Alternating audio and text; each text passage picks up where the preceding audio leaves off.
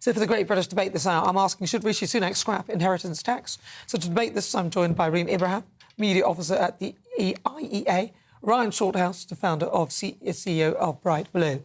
Right, so let's see. Welcome. Are they there? Right, here we go. We've got just one of you there. Where's Reem? Where's Reem as well? Well, we'll start with you then, Ryan.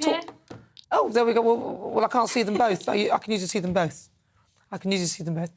Right, let's start with you then, Reem, seeing as you're up there now. Reem, talk to me. Would your parents leave you anything, do you think? Well, I'm not sure they have much to leave me, but let's talk about what inheritance tax actually is fundamentally. It's a death tax, and, across our lives, we are always told, that we have to pay a huge amount of tax. At the moment, we have the highest tax burden in 70 years. We've got income tax, corporation tax, VAT, all of this amalgamates to your less money in your pocket that's being taken by the state. And as soon as you're on your deathbed, you're now slapped with this other tax, the inheritance tax.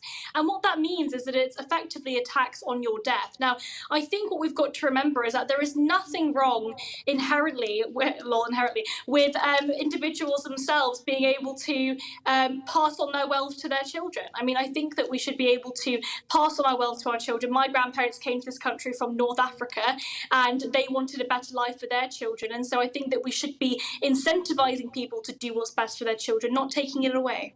Ryan, what do you think? Talk to me about what is the deal with the inheritance tax then? What does it mean? How much are we taxed and at what threshold? Do you know all this?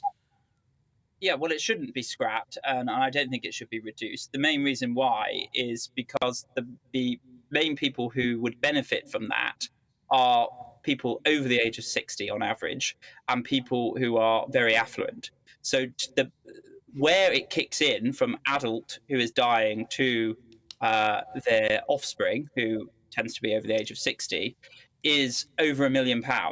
So that's when inheritance tax is payable.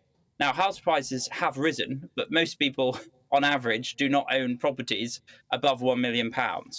So I just think, considering the weight of taxation is on working age people and work, if the Treasury is going to cut taxes, it should cut them on people who are striving to have a good life rather than people who have already got it. And therefore, the priority should be cutting income tax for particularly the lowest earners. And the other thing I would say about it, it's wrongly called a death tax. Somebody can't be taxed if they're dead. The tax is on the transaction to the person who's inheriting it, who's lucky enough to have inherited such money. They haven't earned that. It's an unearned thing. And there is taxation on most transactions. So we have to tax some things. That's the choice of government, to do public services, to fund public services. So I think it's completely disproportionately targeted to now think about cutting inheritance tax. It would benefit very, very wealthy people and very old people. That's not. I don't think that's quite true, actually. I mean, because you're saying very wealthy people, but if I read here that your estate is worth £500,000 and your tax-free threshold is £325,000, then what's happened is that tax threshold hasn't moved for quite some time, so it's encompassing a lot of people who aren't actually that wealthy. I think that's the problem with it. So you're talking about £1 million, but that's not what the figures say here. I'm reading the inheritance tax rates from the government's website. And that's what they're saying. So that would be...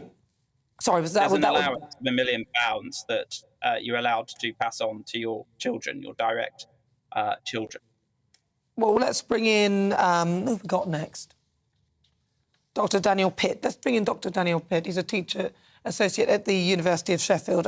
Daniel, is that right? I'd need to have £1 million before I'm then taxed my 40%. I didn't think that was right. I thought at £325,000, anything over it, then I start getting taxed on that. I thought that was it. He's saying £1 million.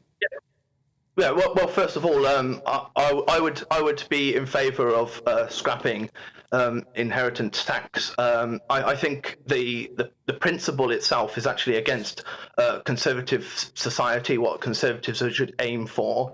That the whole point of a conservative is to be able to take your cultural, your spiritual, and of course your property and hand it down to the next generation and continue to do so. We were taught that from Edmund Burke since 1790. It's a core conservative value. But my understanding is that you have 325,000, and then you have an allowance of 175,000 on top of that, which a personal allowance, which is what the Conservatives have introduced, the 175,000 bit.